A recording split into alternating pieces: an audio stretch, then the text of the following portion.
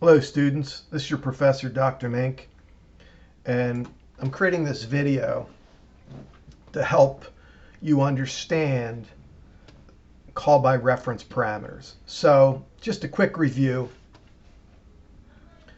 Here we have void show results, and we have two call by value parameters.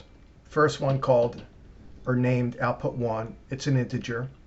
Second, named output 2, it's an integer.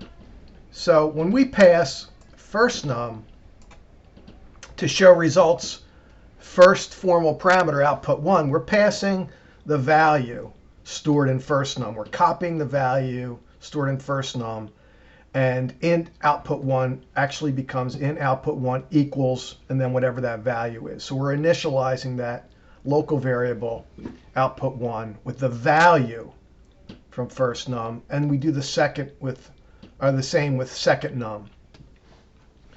So that should be review for you. So now let's take a look at this function declaration here.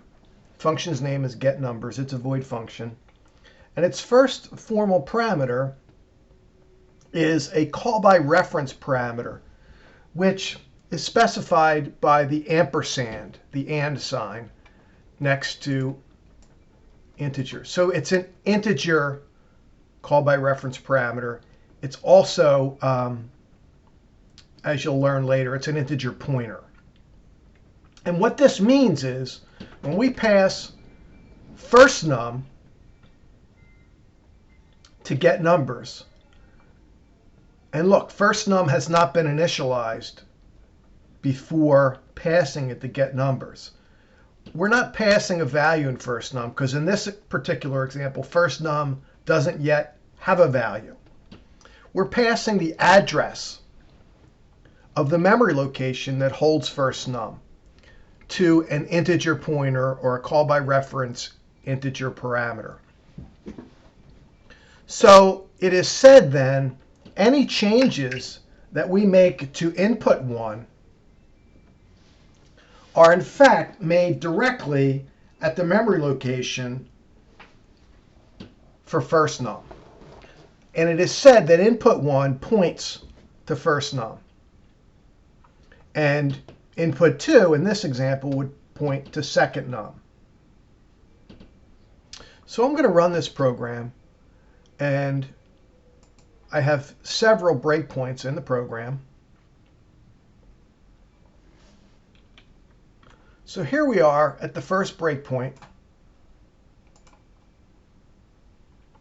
where we are about to call getNumbers. And you could see in the memory, under locals, that FirstNumb and SecondNumb have not yet been initialized.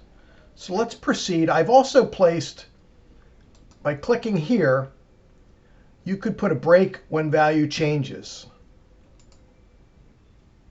So now we're going to proceed into getNumbers, and we're going to be prompted to enter two integers. So I'll type, I don't know, 25 and 33. Okay? We're about to leave that function. Input 1 has 25, input 2 has 33, but notice they're integer pointers. So that 25 is actually stored at the address that was allocated to FirstNumb back in main. And as we proceed back to main, we now see we were able to initialize FirstNumb and SecondNumb from within a function. So this unchains us from the requirement or the ability of a function to only return one value back. We can now initialize variables, multiple variables, with a function called getInput or getNumbers or whatever. Show values also, swap values also has two call by reference parameters, because we're going to be able to swap those two values. We'll be able to change the values in those two memory locations. And if I now look at what we have here,